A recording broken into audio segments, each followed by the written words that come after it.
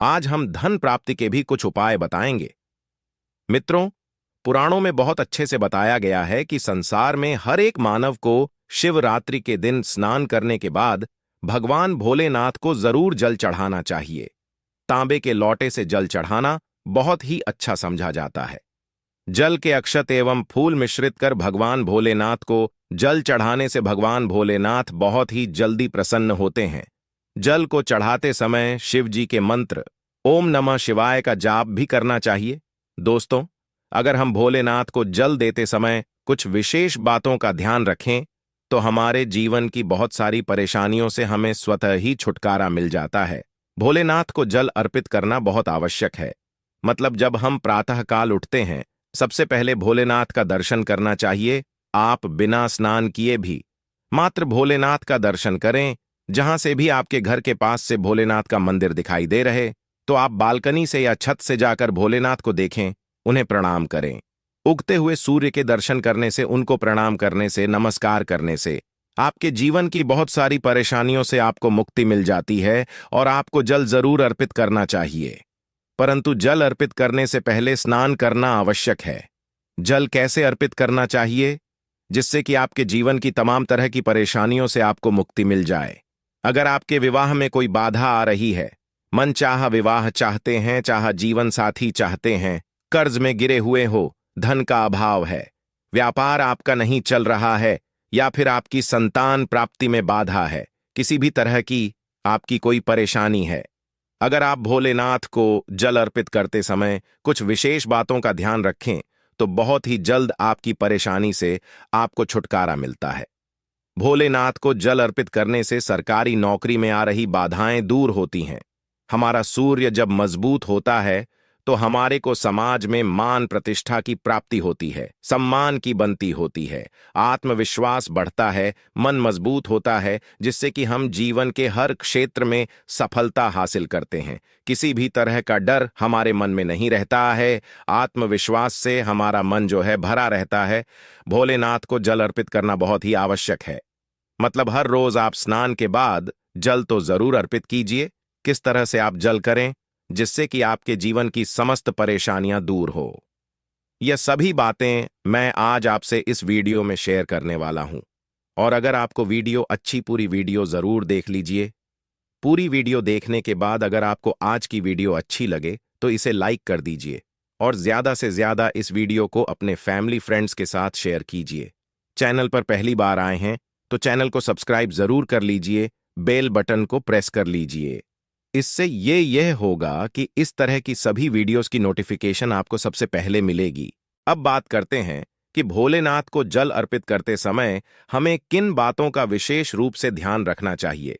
जोग भविष्य पुराण के अनुसार भोलेनाथ को जल चढ़ाते समय कुछ खास का ध्यान रखना चाहिए।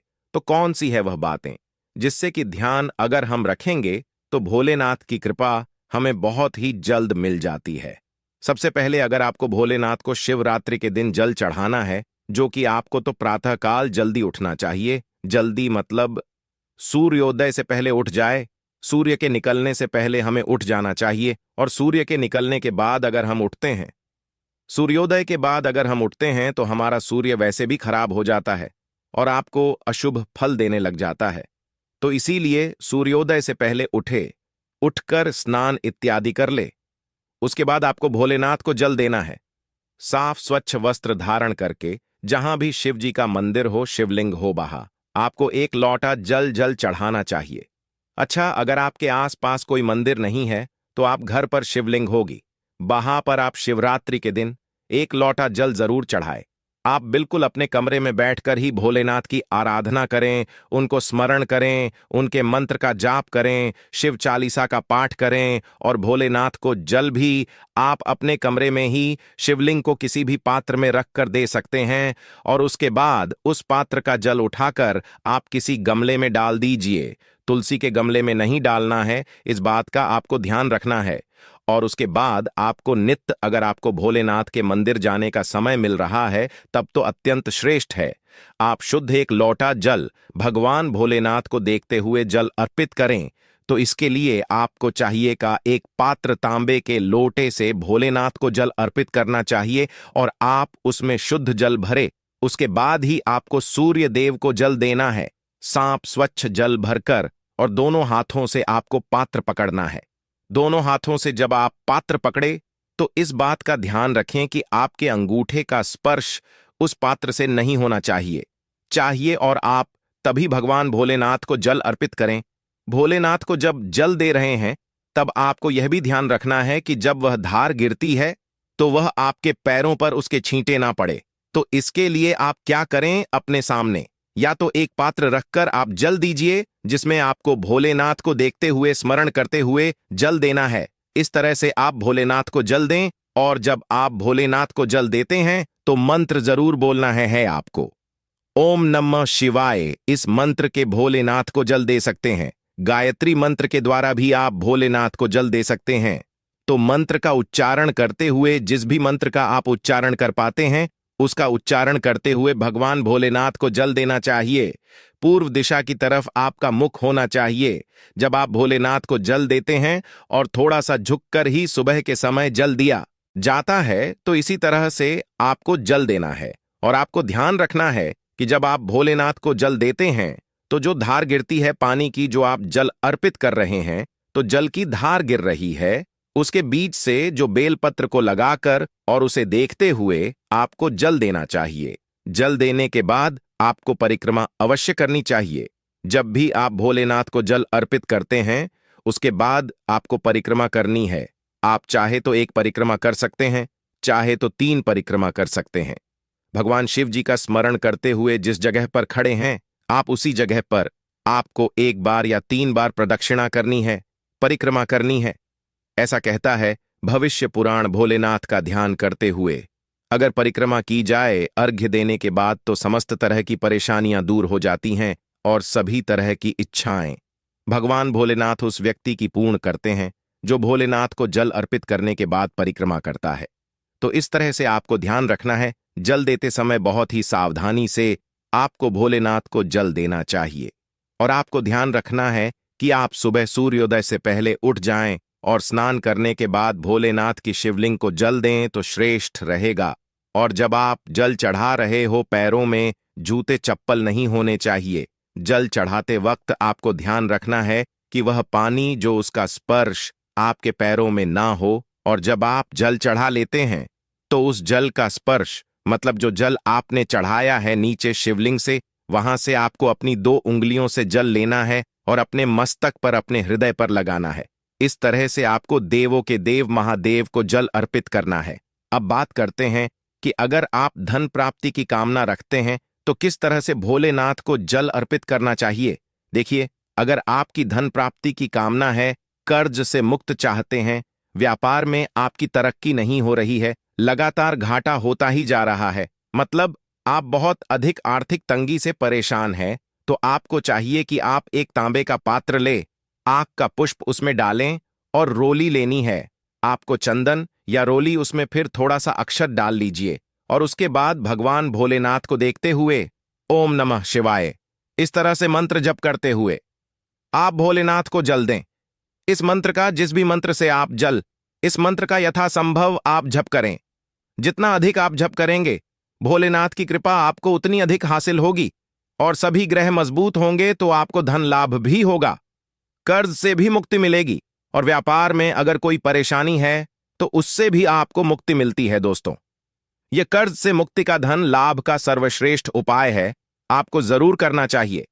अगर आपके विवाह में किसी तरह की बाधाएं आ रही हैं, मनचाहा जीवन साथी चाहते हैं, तो आपको चाहिए कि आप एक तांबे के पात्र जल लें और उसमें आपको धतूरे का पुष्प डालना है। पीला धतूरे का पुष्प ले सकते हैं आप, और शहद चाहिए और हल्दी का पाउडर।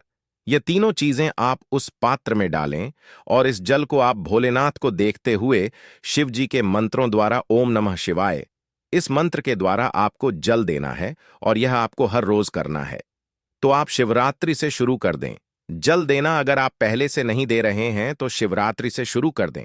और यह तीनों चीजें आपको जल और मन, चाहे जीवन साथी की कामना या फिर जल्द विवाह की कामना से आपको भोलेनाथ को प्रणाम करके यह उपाय करना है। बहुत ही जल्द आपको भोलेनाथ की कृपा मिलती है और आपके विवाह में आ रही बाधाएं दूर होती हैं। अगला जो उपाय है संतान की प्राप्ति के लिए या दाम्पत्य जीवन को सुखमय बनाने के लिए कौन सा उपाय करना चाहिए, किस तरह से भोलेनाथ को जल देना चाहिए। अगर आपके संतान प्राप्ति में बाधा आ रही है तो आपको चाहिए कि आप तांबे के पात्र में शुद्ध जल भरे, उसमें आपको थोड़ा सा चंदन लेना है, अक्षत लेना है और आक का पुष्प लेना है।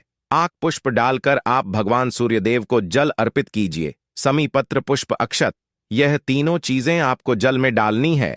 उसके बाद भगवान भोलेनाथ को जल अर्पित करना है। ओम नमः शिवाय इस मंत्र के द्वारा आप भोलेनाथ को जल दे सकते हैं। तो इस तरह से आपको जल देना है और इस उपाय से, इससे जल देने से आपके विवाह में आपके संतान प्राप्ति में जो बाधाएं आ रही हैं, चाहे विवाह में जो परेशानियां आ रही हैं, जैसे कि आपके दाम्पत्य जीवन में मधुरता नहीं है, तो भी इस उपाय को करने से आपको दाम्पत्य जीवन में मधुरता होगी, संतान की प्राप्ति होगी। और इस तरह से जब हम जल देते हैं तो घर में सुख समृद्धि का भी आगमन होता है, धन लाभ भी होता है, तो बहुत श्रेष्ठ होता है। समी पत्र और पुष्प डालकर अगर आप भगवान भोलेनाथ को जल देते हैं और सुबह सुबह भगवान भोलेनाथ को जल देकर उनके मंत्रों का जप करना बहुत श्रेष्ठ माना जाता है। आप अगर किसी भी परेशानी से जूझ रहे हो, परेशानियों से घिरे हुए हो, कोई रास्ता ना मिल रहा हो, आपको सूर्यदेव को जल जरूर देना चाहिए। अगर आप प्रतिदिन भगवान भोलेनाथ के मंत्र का जप करेंगे और भोलेनाथ को जल अर्पित करेंगे, बहुत ही जल्द आपकी परेशानियां दूर हो जाती हैं। चावल होता है जिसके टूटे हुए दाने ना हो, बिल्कुल साबुत चावल होता है, उसे अक्षत कहा जाता है। तो थोड़े से अक्षत, रोली और बेलपत्र डालकर भोलेनाथ को जल देना है। 7 बार में आपको जल देना है। जैसा कि बताया जाता है, आपको 3 बार में जल देना चाहिए। रोक रोक कर एक ही पात्र का जल हम 3 बार में देते हैं। हमें पत्र डालना है, तो इस विशेष सामग्री की वजह से हम इस जल को 7 बार में भी दे सकते हैं। तो आप रोक रोक उसे जल को, एक पत्र के जल को 7 बार में दीजिए। भोलेनाथ को देखते हुए आपको बोलना है ओम नमः शिवाय। तो इस तरह से इस मंत्र को बोलते हुए अगर भगवान भोलेनाथ को जल अर्पित करते हैं, जल्द ही आपके मन की कामनाएं पूर्ण हो जाती है। आपकी जो भी कामना भगवान भोलेनाथ से कहे, थोड़े समय तक आप शिव चालीसा का पाठ कर सकते हैं। चाहे तो 1 बार या 3 बार या फिर 108 बार ओम नमः शिवाय का जप कर लीजिए, या भगवान भोलेनाथ का कोई भी एक मंत्र जिसका आप 108 बार जप कर सकते हैं, जरूर इस उपाय को करने के बाद कीजिए। इससे आपकी कामना शीघ्र पूर्ण हो जाती है। दोस्तों, आज की वीडियो में हमने भोलेनाथ को मजबूत करने का उपाय बताया। भोलेनाथ को मजबूत करने हैं। भोलेनाथ आत्मा के कारक है और सबसे जरूरी है आत्मविश्वास का बली होना। अगर हम में किसी भी तरह की सफलता पाना चाहते हैं तो बहुत जरूरी है कि आप भोलेनाथ की आराधना कीजिए, प्रतिदिन कीजिए और शिवरात्रि के दिन विशेष रूप से कीजिए। उम्मीद करते हैं आज की वीडियो से आपको लाभ जरूर हो। आशा करते हैं हमारे द्वारा बताई गई जानकारी आपको अच्छी लगी होगी। तो दोस्तों, आपसे निवेदन है कि वीडियो को लाइक और चैनल को सब्सक्राइब जरूर कर दे और अपने फैमिली और दोस्तों में इस वीडियो को जरूर शेयर कर दे।